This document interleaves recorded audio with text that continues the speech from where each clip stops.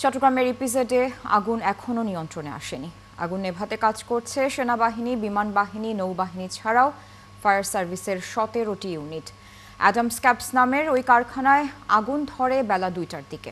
Fire service সদর দপ্তরের media সেলের কর্মকর্তা তালহা বিন জসিম সাংবাদিকদের জানান, 7তলা ওই ভবনের 5, 6 ও 7 তলায় আগুন ধরে যায়।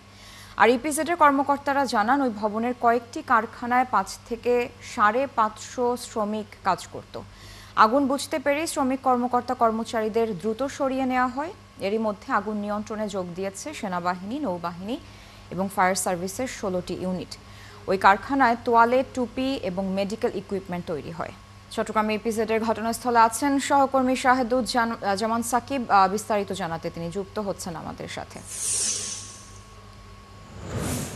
সাকিব, আমরা এর আগেও দেখেছি আগুনের ভয়াবহতা আরও বাড়ছে এবং আপনি এর আগে যেমনটি জানিয়েছিলেন যে বেশ বড় একটা অংশকে কিন্তু শ্রমিক কর্মচারীদের বেশ বড় একটা অংশকে এখন পর্যন্ত সরিয়ে আনা সম্ভব হয়েছে নিরাপদে।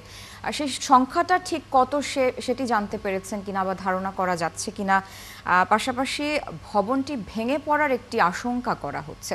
এ বিষয়ে যদি কোনো আপডেট আপনার কাছে থাকে এবং হতাহতের কোনো ঘটনা ঘটেছে কিনা এখন পর্যন্ত জানা গিয়েছে কিনা সেটিও জানাবেন।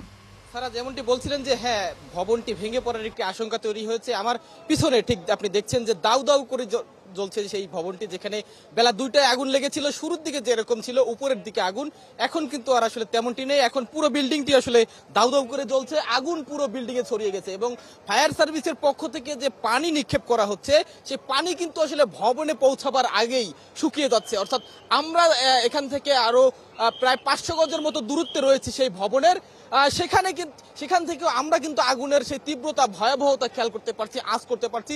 তীব্র গরম আমরা কিন্তু এখান থেকে আসলে খেয়াল করছি এবং আমরা দেখছি যে শুরুর দিকে ফায়ার সার্ভিসের পক্ষ থেকে সমন্বিতভাবে যে পানি ছিটানো হচ্ছিল, সেটি কিন্তু এখন কমে এসেছে। এখানে ফায়ার সার্ভিসের 17টি ইউনিটের সাথে নৌবাহিনী, সেনাবাহিনী, বিমান বাহিনী যোগ দিয়েছে, কিন্তু এখন সেই আগুন নিক্ষেপের পানি নিক্ষেপের পরিমাণ কিন্তু তুলনামূলক অনেক কম এবং সেই পানি আসলে খুব একটা যে কাজে আসছে তা কিন্তু না। অর্থাৎ সমুদ্রে 1 ফোঁটা জল যেরকম, সেই আগুনের সমুদ্রে যেন ওই পানি কোনো কাজেই আসছে না এবং বিল্ডিং পর্যন্ত পৌঁছাবার আগেই কিন্তু সে পানিগুলো আসলে শেষ হয়ে যাচ্ছে। এরকম একটি পরিস্থিতি আমরা এখন পর্যন্ত লক্ষ্য করছি। আর আপনি বলছিলেন যে প্রায় অনেককেই সরিয়ে নিয়ে আসা হয়েছে।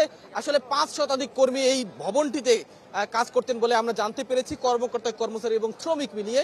তাদের মধ্যে আসলে কতজনকে নিরাপদে সরিয়ে আনা গেছে সেই নির্ভরযোগ্য কোনো তথ্য আসলে আমাদের কাছে নেই। তবে এখানকার সংশ্লিষ্ট যারা রয়েছেন এবং যারা নিরাপদে বের হয়ে এসছেন, তাদের আমরা কয়েকজনের সঙ্গে কথা বলে জানতে পেরেছি যে অধিকাংশ শ্রমিক কর্মচারী কিন্তু নিরাপদে বের হতে পেরেছেন এবং যেখান থেকে আগুনের সূত্রপাত, মেডিকেল, আপনি বলছিলেন যে আদাম ক্যাপস যে কোম্পানিটি, সেই কোম্পানিটির একটি গুদাম ঘর, যেখানে মেডিকেল সরঞ্জামাদি তৈরি করে প্রস্তুত করে রাখা হতো, সেই জায়গাটিতে মূলত আগুন লেগেছিল। সেখানে আসলে কোনো শ্রমিক ছিলেন কিনা সে বিষয়ে এখনো কোনো তথ্য পাওয়া যায়নি, তবে না থাকার সম্ভাবনা বেশি বলে কিন্তু সংশ্লিষ্ট এই কর্মচারী এই ভবনের যারা ছিলেন তারা আমাদেরকে জানিয়েছেন এবং যারা এখানে কাজ করতেন তাদের বড় অংশই নিরাপদে বের হতে পেরেছেন বলে কিন্তু তারা এখন পর্যন্ত বলছেন। যদিও এখন পর্যন্ত এই ভবনে হতাহত কতজন হয়েছেন সে ধরনের কোনো তথ্য আমাদের কাছে নেই। সবার আসলে একটাই লক্ষ্য, একদিকেই সবার আসলে লক্ষ্য, সম্মিলিতভাবে আগুন কতটা নিয়ন্ত্রণে নিয়ে আসা যায়। এই বিল্ডিং এর আশেপাশে আরো অনেকগুলো বিল্ডিং রয়েছে, কারখানা রয়েছে, বেশিরভাগই আসলে রপ্তানিযোগ্য কারখানা। সেই কারখানাগুলোতে আগুন ছড়িয়ে পড়ার একটি আশঙ্কা কিন্তু এই মুহূর্তে সৃষ্টি হয়েছে এবং ভবনটি যে ভেঙে পড়ার কথা ফায়ার সার্ভিস বলছিলেন, তার নমুনা কিন্তু আমরা লক্ষ্য করছি। দাউ দাউ করে পুরো বিল্ডিং আসলে জ্বলছে এবং শুধুমাত্র সময়ের অপেক্ষা ভবনটি আসলে পুরে ছারখার হয়ে ভেঙে পড়বার। এবং এখান থেকে কিন্তু নিরাপদ দূরত্বে ইতিমধ্যেই উৎসুক জনতাকে সরিয়ে নেওয়া হয়েছে। আপনি দেখছেন যে উৎসুক জনতাকে কিন্তু এখান থেকে, ভবন থেকে বেশ খানিকটা দূরে সরিয়ে রাখা হয়েছে এবং এখানে আইন শৃঙ্খলা বাহিনী, পুলিশ, বিজিবি এসে কিন্তু তাদেরকে আসলে নিবৃত্ত করবার চেষ্টা করছেন, তারা যেন সামনে না যান। যেহেতু ঝুঁকি রয়েছে, ভবনটিতে আগুন যেভাবে বাড়ছে, দাউ দাউ করে জ্বলছে, হয়তো এমনটি হতে পারে আশেপাশের ভবনগুলোতে ছড়িয়ে পড়লে এর তীব্রতা, যেহেতু রাসায়নিক জিনিসপত্র এই বিভিন্ন কারখানায় রয়েছে, কাজেই আগুনটি যদি আরো বেশি ছড়িয়ে পড়ে আসলে সেটি কত দূরে যায় সেই আশঙ্কা কিন্তু আসলে রয়েছে এখন পর্যন্ত। আমরা একটু আমরা এখানে উৎসুক জনতা তাদের সঙ্গে একটু আমরা যদি একটু কথা বলতে চাই, এখানে যারা শ্রমিক এই ভবনটিতে কাজ করতেন তারা আসলে সকলেই নিরাপদে বের হতে পেরেছেন কিনা? আপনাদের পরিচিত কোনো স্বজন এখানে ছিলেন কিনা? ভিতরে যারা ছিল কেউ কেউ বের হয়েছে, আবার কেউ কেউ মানে ওই দরজা ওই সাইড দিয়ে যে যেমনি পারছে এমনি মানে বের হয়ে গেছে। এখন আবার যারা আছে এখন মনে করেন যে ফায়ার সার্ভিসের যারা লোক আছে এরাও মনে করেন যে সব চেষ্টা করতেছে নির্বাপন করার জন্য। এখন সবাই সব দিকে লোকজন আছে আর কি। তারপরে জিজ্ঞেস করে এখন পর্যন্ত কোনো হতাহত আপনারা দেখেছেন কিনা? কাউকে আহত কিংবা হতাহত পরিস্থিতি বের করা হয়েছে? দেখি নাই, মূলত ওইটা বাজছে 2:30 বাজে, 2টার দিকে বাজছিল, তখন একটু করে আগুন লাগছিল, তখন বেশি লাগে নাই আগুন, তখন নিয়ন্ত্রণ করলে কিন্তু ঠিক হয়ে যেত গা। এখন বেশি আগুন লেগে গেছে, এখন নিয়ন্ত্রণ করতে পারতেছে না ওরা। নিয়ন্ত্রণের বাইরে।